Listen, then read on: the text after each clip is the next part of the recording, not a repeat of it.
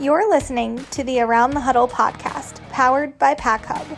Around the Huddle, college sports beyond the game. Hello and welcome in to another episode of the Around the Huddle podcast, college sports beyond the game. My name is John Gross. It is crazy to say that this is already episode number 10 of this show. Just a couple of months into this project, we've had the opportunity to speak with some awesome people, coaches, sports attorneys, experts on the industry, conference commissioners. I mean, so many different types of people. Today, we have somebody on who has covered a guy who I think is really at the forefront of all of these changes in the ever-changing landscape of college athletics. But before we get to our guest today, a reminder that we are powered by PAC-Hub. Take a look bottom of your screen, www.pac-hub.com. PAC-Hub is your go-to place if you are looking to find your next college home as a student athlete. You enter the NCAA portal, right? How do coaches find you? You can tweet at them, you can send letters, whatever you want to do. Or you can go to PAC-Hub. PAC-Hub is a place where you sign up, you enter the portal. Not only is your name in there, but stats, measurables, GPA, academic information, all in the PAC-Hub portal. That then allows coaches to search for you, to search for that missing piece. Hey, I want that right-hand pitcher. Hey, I want that point guard on my team. They'll find you. So check out PAC-Hub, PAC-Hub.com. Same goes for coaches. If you're looking for that missing piece, your team is one player away from being a championship squad. Check out PAC-Hub, PAC-Hub.com for more on what they offer. Okay. This show, for those who have been watching our previous episodes, you all know that we talk about college athletics and how much things have changed in recent years. I don't know if there's any person who has capitalized on these changes more so than Coach Prime, Deion Sanders. What he's done out at Colorado is nothing short of remarkable. So to talk about all of that today, we have a great guest on today's show. His name is Tyler King. Tyler is the college sports reporter for the Denver Gazette. He has been with the Gazette since 2020, joining initially as a page designer before moving to a full-time sports reporting role in 2022. He currently lives in Denver, Colorado after spending 2 years in Colorado Springs. He graduated from Penn State with degrees in print and digital journalism and Spanish. Tyler covers the Colorado Buffaloes and the Colorado State Rams. That's become a really fun rivalry. Two of my favorite college football games these last couple of years were when those two teams squared off. He also covers football and men's and women's basketball for those schools.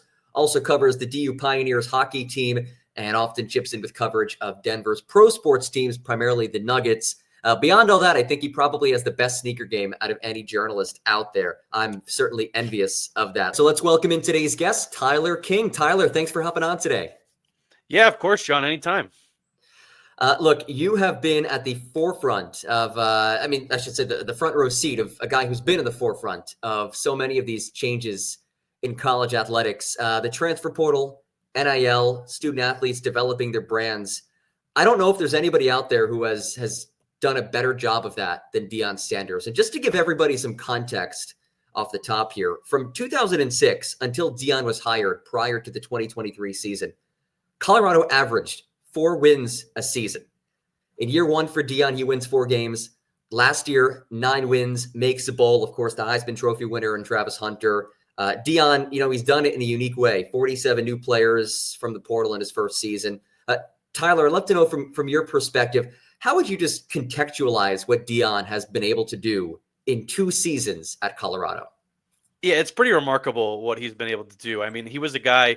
So I started covering Colorado in 2022 when they had that infamous 1-11 season, losing games by an average of 30 points. Like, this program was at an all-time low, despite what you had said, mentioning that the program has not been good for quite a long time. Obviously they had the highs in the 90s, winning the national championship under Bill McCartney. I think they won the Big 12 championship in 2001. So they were a pretty good team under Gary Barnett, but the last 17, 18 years have been really poor until Deion got hired in December of 2022 and did not seem like a realistic possibility for me, covering the team. I did not expect him.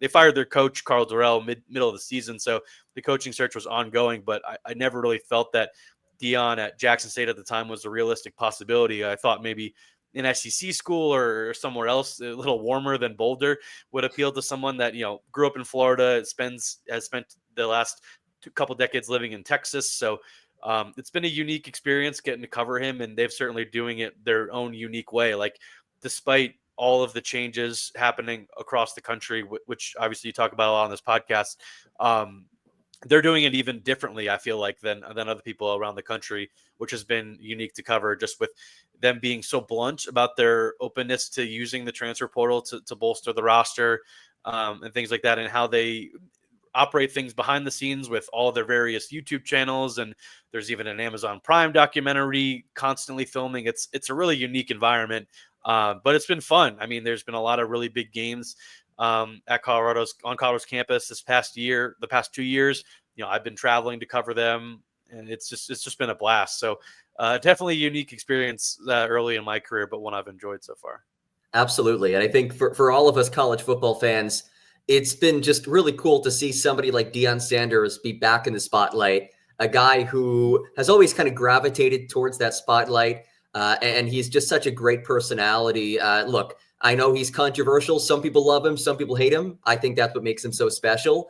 Personally, I think what he's done is incredible, but others may disagree and say, oh, he's brash. He's this, he's that. But what is the on the ground perception in Colorado, in Boulder, of Deion Sanders and what he's been able to do with this program? I mean, they couldn't be more happy. I mean, like I said kind of earlier, the program was kind of hitting rock bottom in 2022. Like, it did not seem like they were fit for this new era where they just didn't have the resources to get players. They were not recruiting well, even in the Pac-12, which was a couple of years ago was a pretty good conference, but the last decade or so had not been on par at all with the Big Ten or the SEC or even like the Big 12 or the ACC. It's kind of become that fifth Power 5 conference, and Colorado was struggling, in that conference. So the fact that he's been able to come in, I mean, he brought a lot of talent with him, with his son Shedeur Sanders and Travis Hunter, who you mentioned, the Heisman Trophy winner, two guys that are going to be top 5 picks most likely in the upcoming NFL draft. That bringing star power like that and high level college players certainly was helpful. And it'll be interesting to see this season coming up with his first season really ever coaching a team that doesn't have one of his sons on it. And now they're both on to the NFL, Shedeur and Shiloh. So it'll be an interesting season to see how they move forward in this new era. But I mean, if Colorado fans got to be thrilled with what they've gotten so far, we're just kind of being back on the national, part of the national conversation after being kind of an afterthought for about a decade and a half. It was getting pretty rough. And even if the on-field success it takes a little bit to be consistent. I still think just having Deion as the face of the program is better than anything Colorado could have hoped for about 3 years ago at this point. So, okay, he's at Jackson State. He gets the call, comes over to Boulder, and takes the Colorado job. How has he been able to turn this program around? You said he's done it a little bit differently than some other coaches. So what's the behind the scenes been like for Deion to take Colorado from what it was under Coach Durrell previously into now being not a national title contender yet, but a nationally relevant program again? Yeah, I think he's just been able to do it his way. And I think that's one of the big reasons he came to Colorado, because Colorado was desperate enough to say, hey man, whatever you want to do, you can do it. And that includes, like I said, the YouTube channels that they have. His son, Deion Jr. runs the main one that they have, that they're posting, daily videos during the season. And it's a really unique behind the scenes look at the program that most programs around the country aren't really doing. I think some are doing more of it just because if they see how much it appeals to the younger high school athletes, how much they like that aspect of it. But Deion it's still way more than you would see at an Oregon or a USC or just other big programs around the country. Like I said, there's an Amazon Prime documentary constantly filming, and that's something I've gotten used to now, being in like the during the press conferences during the week. That's all the cameras and stuff in there. I've gotten used to that, but that was pretty jarring at first. But it's that, and there's the willingness, like I said at the top, to really embrace the transfer portal. There's that famous meeting when he first got the job, telling the roster that had just gone 1-11 that most of them probably weren't going to be on the team, and that rubbed some people the wrong way. But in reality, it was what needed to happen. Like Colorado was a Power 5 program operating with a group of 5 and an average group of 5 roster. Like there were some good players on that 1-11 team, but not nearly enough to make any kind of a difference. And like I said, yeah, he brought star power with him, with his son Shador and Travis Hunter as well. And they've gotten some high level recruits in every cycle so far, including a 5-star quarterback who could be the next face of the program coming in, starting this season. But just really an eagerness and willingness to kind of get anybody out of the portal, especially going into that 2023 season. They were really trying to start fresh, and they had dozens of roster spots to fill. And, most players were not big impact players, but plenty were that stuck around and now will be in the NFL coming up. So they've just been, every year is kind of like a reset for these guys. Like they're treating the portal as free agency, and they're treating the high school recruiting as like the draft, where they're going to definitely focus more heavily on one than the other, because they know, I mean, you can look around the country and see all of the programs that have had instant success with portal guys, like Indiana this past year, getting Kurt Cignetti from James Madison and getting a lot of older veteran players out of the portal and making the playoff in year one at a school that has not had a ton of football success. So Colorado's following kind of a similar mold, but they're willing to put the players first and understand that this, marketplace that is about NIL, and a lot of these players are after how much money they can make, and they understand that. They've made a lot of improvements in terms of where they are NIL wise, but just trying to be different and be as aggressive as possible and trying to win, because that's really what Deion cares about the most. I mean, you mentioned him. He's been a cultural icon for decades now, dating back to his time even at Florida State. And he's been a winning player and a winning coach, a winning human being, throughout his entire life. So I don't think he would accept anything less at Boulder, and they're being as aggressive as possible to do that. Do you think that anybody else besides Deion could pull off what he's doing? It depends on where in the program, but no, because I think he's just such a singular entity in sports in general. Like I said, him being like a cultural icon for decades now, but especially at Colorado. Like there were guys that I thought they could have gone after. A guy that I really thought they should have gone after was Kenny Dillingham, who was at that time an assistant at Oregon and has done a great job, at Arizona State, his alma mater. That's been a great fit there. But I don't even know if he would have had a similar amount of success at Colorado. Like I said, they were irrelevant after that 2022 season. They were on the verge of who knows what's even going to happen with this football program going forward. Is it even going to exist? It was that dire for them financially and just relevance in terms of relevance. And so I think Deion just picking up this program he had no ties to and resurrecting it has just been a unique story nationally. Obviously, with how many people tune into their games, you can tell people are interested in this. And especially locally here, it's just kind of been a transformation of a once great football program, and they're trying to do that again. I think I look at somebody like Deion and the success he's had, and now we start to see programs across the country trying to maybe replicate that. I think of like a Michael Vick at Norfolk State, Deshaun Jackson at Delaware State. But I'm with you. I think it's kind of a unique situation what he's been able to do there. By the way, you have a great eye for talent. Saying Kenny Dillingham would have been a fantastic hire. Look what he's done at Arizona State. Hi, I'm Michael. I'm one of the PAC-Hub's AI specialists. Today, I want to show you why PAC-Hub is the ultimate platform for college baseball players looking to transfer to a new college program. First, let's take a look at our extensive network of coaches. With over 150 coaches actively using our system, you have a huge pool of experts to connect with. Imagine having access to all these experienced coaches searching for talent like yours. You even have the ability to connect with any of these coaches via our internal messaging system. This means more opportunities to showcase your skills and find the perfect new team. Now let's switch gears and see things from a coach's perspective. Coaches can easily search for athletes by position or stat. Let's say I'm looking for a left-handed pitcher with good pitching stats. With just a few clicks, I can find top-performing pitchers who meet my criteria. This efficient search functionality ensures that coaches find the perfect fit for their teams and athletes get matched with opportunities that suit their strengths. PAC-Hub is all about connecting talent with opportunity. Whether you're an athlete looking to transfer to a new college team or a coach searching for the next star player, PAC-Hub has the tools you need to succeed. Don't miss out on the chance to be part of this amazing community. Join PAC-Hub today and take the next step in your baseball journey. Visit www.pac-hub.com to sign up now. Diving into the recruiting side of things, you said that he handles high school recruiting almost like the draft, and he's now known for not even visiting high school recruits, right? Every coach talks about the importance of the in-home visit, going to the high school, meeting the coaches. Deion doesn't do that. Is that something that he's always done, even at Jackson State? Is that new? And what are kind of the thoughts on that? That's just him. That's just who Deion is. Like, I think he has said this before, that like he would rather show kids his home than show up to their home, is kind of his mantra in that regard. It is definitely unique. And, I think at times he could be more involved with the recruiting aspect, but he trusts the staff that he has to identify players.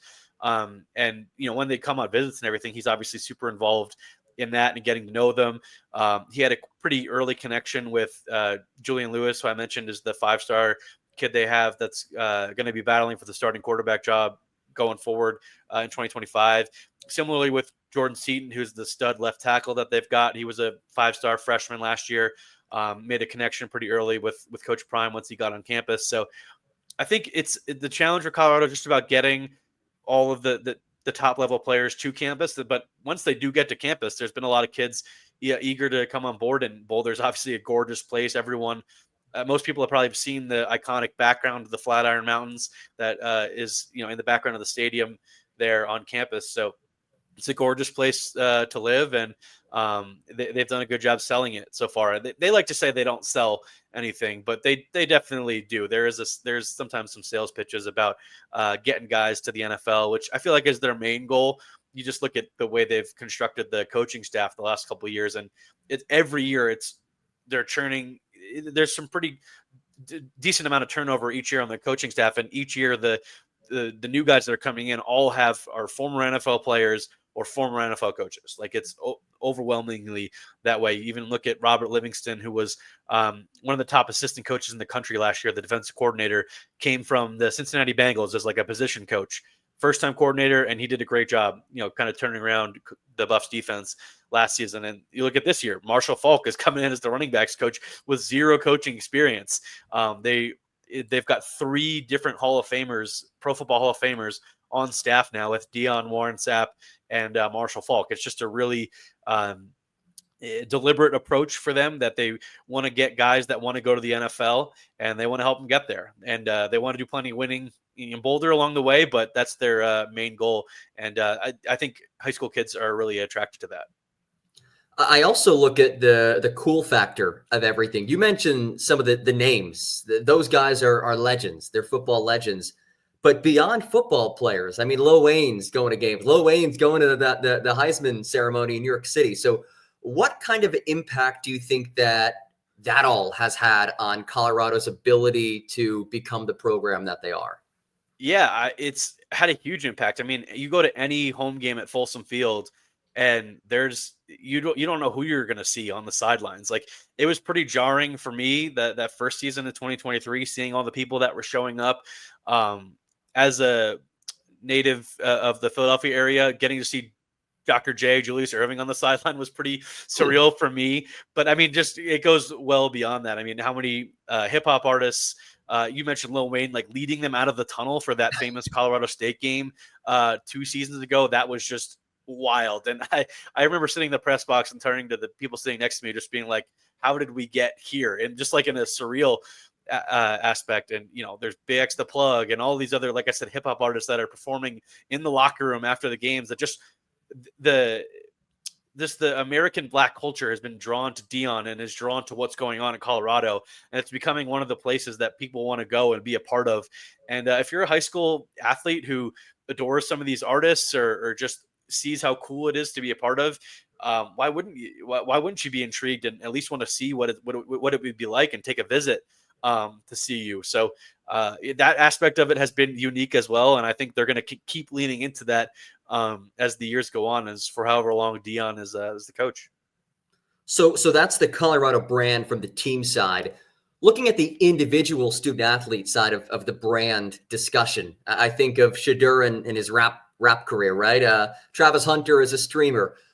What's the culture around the program when it comes to student athlete brand development? Fully open. Like a bunch of the players have their own YouTube channels.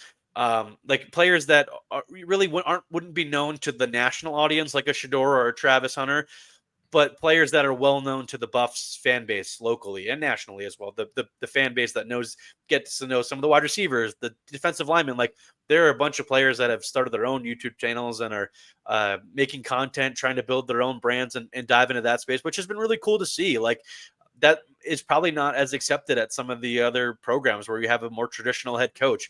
But Deion is fully open to that as long as you're going to class, maintaining good grades, working hard on the practice field. Like they're not really too interested in controlling what you do beyond that, which has been really cool to see. Like, I mean, you mentioned Travis Hunter, like his streams, whether it's with partnerships with Bleacher Report or just his own regular streams playing video games, getting to see his personality off the field was really cool for me as someone who got to cover him the last 2 seasons. And I think they've really, like I said, really have leaned into that and encouraged it at times, which is only going to help them as well with getting guys that are interested in that kind of thing.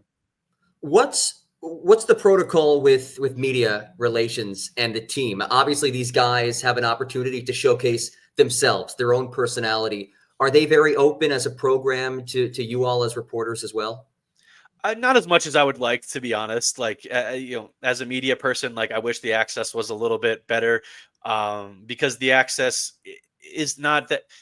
They do provide a lot of behind the scenes stuff, but that's not really exclusive to us in the media. Like anybody sitting at home on YouTube could cover the team in a similar capacity to the way I do it, just with the limited access we get. But I mean, it's certainly been something I've enjoyed covering, and even despite I would like more access to some of the people within the program just to get to know them a little bit better. But for some of us, but I mean, there are other plenty of people in the media that have gotten a little bit more access, and that's just kind of how Deion is. He trusts. You have to kind of earn his trust in that regard, and that's just kind of the way he is, and I don't think that's going to change anytime soon. The reason I ask is we now see athletes and programs themselves almost serving as like their own media mouthpiece, right? Like telling their story versus having the media tell their story. Just in general, kind of big picture for you as a reporter, have things changed in recent years when it comes to covering college athletics in that regard at all?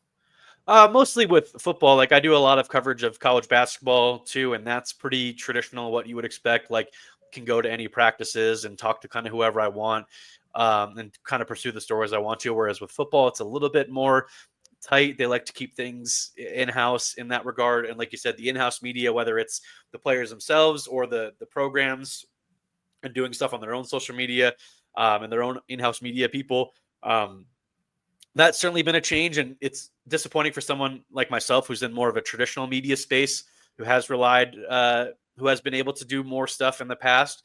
But that's just kind of the way it's gone. I mean, fans really haven't seemed to care too much. Like they're kind of in on consuming the content that the players and teams put out themselves, equally, or if not more than kind of what the traditional media does. But I still think there's plenty of space for traditional media, and in the way we cover college sports, especially college football, because it's not, I mean, as much as players and teams want to, when they put out their own content, want to make it seem all great and happy all the time. Like that's not the reality of college athletics. Like there are winners and there are losers. There are teams that are doing well than others, and teams that are kind of on the downswing. So there's still a space for that. And I've still done, I feel like, a decent enough job on my aspect of trying to cover the team in a unique and different way than maybe you would get just by watching YouTube and the clips that they post. But it's definitely, it's a new era. It's part of the new era of college athletics, is the media component of it all. And I do have to say, you've done a fantastic job. Decent enough job is an understatement. I would recommend everyone check out Tyler's work on Twitter at @King_Tyler. Sorry, on X at @King_Tyler B. Hi, I'm Michael. I'm one of the PAC-Hub's AI specialists. Today, I want to show you why PAC-Hub is the ultimate platform for college baseball players looking to transfer to a new college program. First, let's take a look at our extensive network of coaches. With over 150 coaches actively using our system, you have a huge pool of experts to connect with. Imagine having access to all these experienced coaches searching for talent like yours. You even have the ability to connect with any of these coaches via our internal messaging system. This means more opportunities to showcase your skills and find the perfect new team. Now let's switch gears and see things from a coach's perspective. Coaches can easily search for athletes by position or stat. Let's say I'm looking for a left-handed pitcher with good pitching stats. With just a few clicks, I can find top-performing pitchers who meet my criteria. This efficient search functionality ensures that coaches find the perfect fit for their teams and athletes get matched with opportunities that suit their strengths. PAC-Hub is all about connecting talent with opportunity. Whether you're an athlete looking to transfer to a new college team or a coach searching for the next star player, PAC-Hub has the tools you need to succeed. Don't miss out on the chance to be part of this amazing community. Join PAC-Hub today and take the next step in your baseball journey. Visit www.pac-hub.com to sign up now. You mentioned something earlier that I want to circle back to. Next season will be Deion's first year without his kids, without Travis Hunter. Those have been the big names who he's been around throughout his coaching career at the collegiate level. How is Deion working to continue building this program and finding success at Colorado without those pieces who he's been accustomed to and who America's been accustomed to? Yeah, I think it's just about finding the next stars, because part of the reason they were able to recruit so well out of in high school, out of the transfer portal, was because people wanted to play with Deion Sanders, who is one of the top quarterbacks in the country. People wanted to be around Travis Hunter, who's one of the most unique athletes we've seen in the game the last couple decades. That having that star power helps you get complementary pieces. Now it's about finding the next guys. Maybe Julian Lewis, the 5-star quarterback I mentioned, is an instant success. I mean, he's certainly going to get a chance to prove that during the offseason as he battles for the starting quarterback job. But Jordan Seaton, who I mentioned earlier, is a really good left tackle who could be a first-round NFL draft pick in the coming years. But beyond that, they've focused a little bit more in this most recent high school class on getting high school players and getting, instead of maybe 8 or 10, 15 to 20 guys, just trying to take more shots and try to find the next group of stars. They've got plenty of good young players, I feel like, at wide receiver, some of the skill positions, but it's about trying to win enough games now that those guys become household names that Deion Sanders and Travis Hunter were the last couple of years. And I don't know if they're going to get that level, because those two guys in particular were just so unique and two of the biggest stars we've seen this decade so far, at least. It'll be interesting to see if anybody gets to that level from Colorado. I'm dubious of that, but all it's about is winning games at this point and developing stars that way, and not just through social media or the advertisements and brand deals that Shedeur and Travis are doing. It's going to be about winning games and keeping the success going, because going from 1-11 to 9-4 in 2 years was pretty remarkable. And now it's about keeping that and not falling back into the trend of missing bowl games, which had been, the trend in Boulder for a while. And now it's about consistently making bowl games, competing for Big 12 titles, and stars will appear out of that. Moving forward, what are the expectations? You said competing for a conference championship. Is that this upcoming season, 2 years from now? National championships 3 years from now? What are the expectations in Boulder? I think they want to compete for a Big 12 championship this season. That's for sure. I mean, they were so close to doing that last year. I was at points convinced they were going to, and maybe even get into the college football playoff. Arizona State obviously ends up doing that, but they finished, I think, 8-2 or 7-2 in Big 12 play, tied at the top, just with the tiebreakers. They didn't make the Big 12 title game, but I still feel like they want to have that goal going forward to this season. I'm a little bit skeptical of that. I think just making a bowl game this year, maybe seven wins, would be a success. Just because the roster is a little bit new, it's a little bit younger, and there's uncertainty at quarterback. It'll be interesting to see who wins that battle out of fall camp. As we wind down here, Tyler, first of all, this has been tremendously insightful. Really appreciate your time today. Is there anything about Deion or about how he's gone about building this program that you think most people don't realize or is under discussed? That's interesting because I think they've been so highly covered on a national presence the last couple of years. Like you turn on First Take during the season, and Stephen A. Smith and Shannon Sharp are talking about them, which was not the case a couple of years ago when they were 1-11. So everyone, especially during the season and during that first season when that first month was just kind of a whirlwind and you're averaging 7-8 million viewers per game, that everyone was kind of dialed in. But this past season, the ratings were down. And despite the fact that they were better, like I think it'll be interesting just to see going forward how the national audience takes to Deion, and if it was more about Shedeur Sanders and Travis Hunter, or if it really is Deion that is the draw. I think that is why this 2025 season will be so fascinating in so many different ways. But that one in particular, of is it Deion as the driving influence and the driving factor in the engagement nationally, or was it Shedeur Sanders and Travis Hunter? Like the Heisman Trophy winner being on your roster certainly helps, but they've also got, maybe easily the most famous and recognizable college football coach too. So we'll see if that continues. And I think that's something I'm really interested to see, because everyone, because of how much they put out there on YouTube or whatever, and with the documentary, like people do get a good look at what this program is doing. So I think it's all kind of out there in a way that they like. So it'll be interesting to see this season with some new faces on the roster, if the winning continues and the interest continues nationally.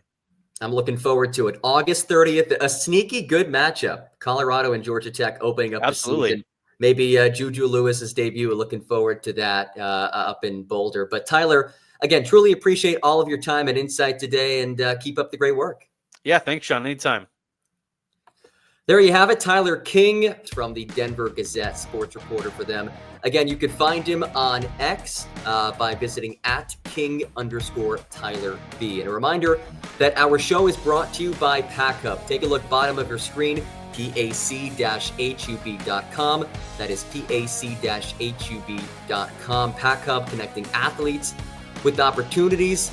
No better place to go to connect with that coach when you enter the portal, or if you're a coach and you want that missing piece, you can find your player on PAC-Hub, PAC-Hub.com.